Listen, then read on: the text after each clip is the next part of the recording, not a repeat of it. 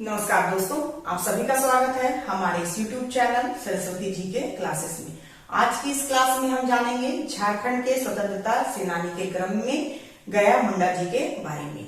गया मुंडा जो कि बिरसा मुंडा के सेना नायक थे बिरसा आंदोलन में, और बिरसा मुंडा के साथ मिलकर इन्होंने बहुत ही महत्वपूर्ण भूमिका निभाई थी। तो आइए शुरू करते हैं आज की क्लास। गया मुंडा जिनका जन्म खूंटी जिले के मुरहू प्रखंड के एटकेडी गांव में हुआ था। खूंटी जिले के मुरहू प्रखंड के एटकेडी गांव में इनका जन्म हुआ था, और ये जो है वो बिरसा मुंडा के सेना नायक थे। इनकी पत्नी का नाम था मनकी या माकी मुंडा। पत्नी का नाम कहीं मनकी दिया हुआ और कहीं माकी मुंडा दिया हुआ है। फिर इनके पुत्र थे डोंका मुंडा, सागरे मुंडा और जयमासी मुंडा, जिन्होंने अपने पिता के साथ मिलकर बिरसा आंदोलन में बहुत ही महत्वपूर्ण भूमिका निभाई थी। फिर 1899 ईस्वी में क्रिसमस की पूर्व संध्या पर 24 दिसंबर को मुंडा जाति का शासन स्थापित करने के लिए गया मुंडा के सैन्य नेतृत्व में बिरसा मुंडा द्वारा विद्रोह का ऐलान किया जाता है। तो 1899 ईस्वी की जो क्रिसमस की रात थी उसकी पूर्व संध्या पर यानी कि 24 दिसंबर को बिरसा मुंडा के द्वारा गया मुंडा के सैन्य नेतृत्व में विद्रोह का ऐलान कर दिया जाता है अंग्रेजों के खिलाफ।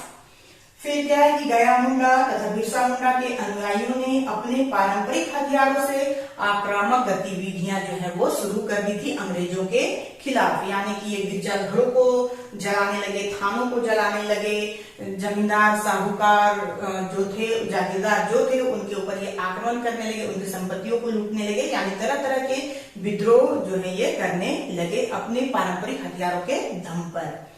और फिर उसी क्रम और साथ ही जब इन्होंने इन सब के अलावा जब इन्होंने अपना निशाना पुलिस को बनाया, तब क्या होता है कि सेल रेकब पहाड़ी पर भीषण गोलाबारी हुई। जब इन्होंने पुलिस को अपना निशाना बना लिया तो जो अंग्रेज अधिकारी थे वे भी चुप नहीं बैठते हैं, वे लोग भी विशाल गोलीबारी करना चालू कर देते हैं। कहाँ? डोंबारी पहाड़ी जिसे कि सेल रेकब पहाड़ी भी कहा जाता है। वहां पे बहुत भीषण गोलाबारी होती है अंग्रेजों की तरफ से, जिसमें मुख्य भूमिका निभाया है कमिश्नर फॉरबेस तथा डिप्टी कमिश्नर स्ट्रीट फील्ड के द्वारा मुख्य भूमिका निभाई गई। यानी इन्होंने ही बहुत ज्यादा भीषण गोलीबारी करवाई थी डोंबारी पहाड़ी पर। और इस दरमियान ये जो गया मुंडा है वो कुछ अनुयायियों के साथ वहां से भाग निकलते हैं और अपने गांव एटकेडी में जा छुपते हैं। फिर क्या होता है कि 5 जनवरी 1900 ईस्वी को आंदोलनकारियों की एक बैठक गया मुंडा के घर पर बुलाई जाती है, और इस बैठक की गुप्त सूचना जो है वो पुलिस को भी लग जाती है। अब क्या है कि जब ये वहां से डोंबारी पहाड़ी से जब ये अंग्रेजों से बच निकलते हैं तो ये एटकेडी में एक बैठक रखते हैं आंदोलनकारियों की गया मुंडा के घर पर ही।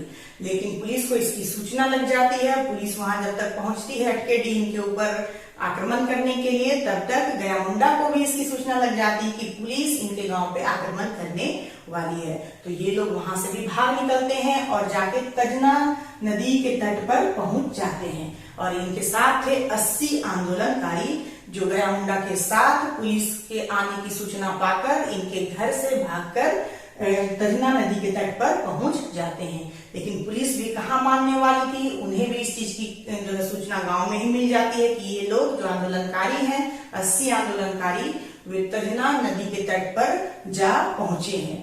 तो पुलिस भी वो उनके पीछे वहां पहुंच जाती है।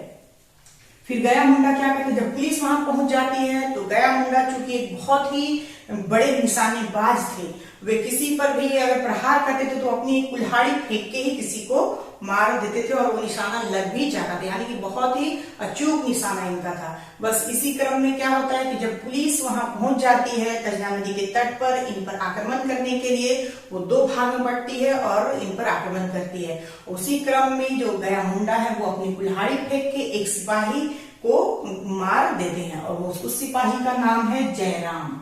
जयराम नामक सिपाही को कुल्हाड़ी का निशाना बनाते हैं गया मुंडा और उसकी हत्या कर देते हैं।